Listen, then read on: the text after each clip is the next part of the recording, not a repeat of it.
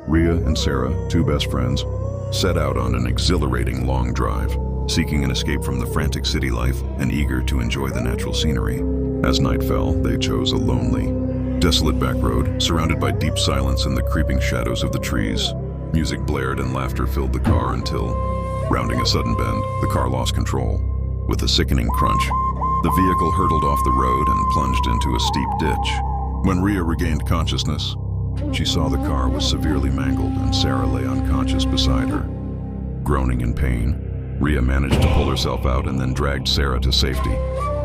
Miraculously, neither was severely injured, but the car was totaled. All around them was pitch black, wild, overgrown thickets. There was no sign of light or human habitation for miles.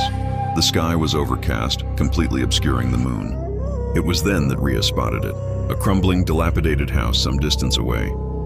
Its windows were shattered and part of its roof had collapsed. The atmosphere surrounding the house was so ominous and terrifying that the sight alone chilled her to the bone. But with no other options, they had no choice but to seek refuge inside. Rhea helped the groggy Sarah, and they slowly made their way toward the structure. As they neared the house, a putrid, musty odor, like decaying meat and ancient, waterlogged wood, permeated the air. A rusty padlock hung on the front door, which snapped easily under a rough push. Stepping inside, they were immediately engulfed by a wave of unnatural coldness. The interior was pitch black, covered in dust, cobwebs, shattered furniture, and torn fragments of old clothing. Rhea switched on her phone's flashlight, illuminating an old, leather-bound diary lying open on a table in the center of the room. Just as she reached out to pick it up, Sarah's eyes flew open and she screamed, pointing frantically at the table. "Rhea, look at that!" Rhea saw a black, indistinct shadow hovering over the diary, slowly growing larger.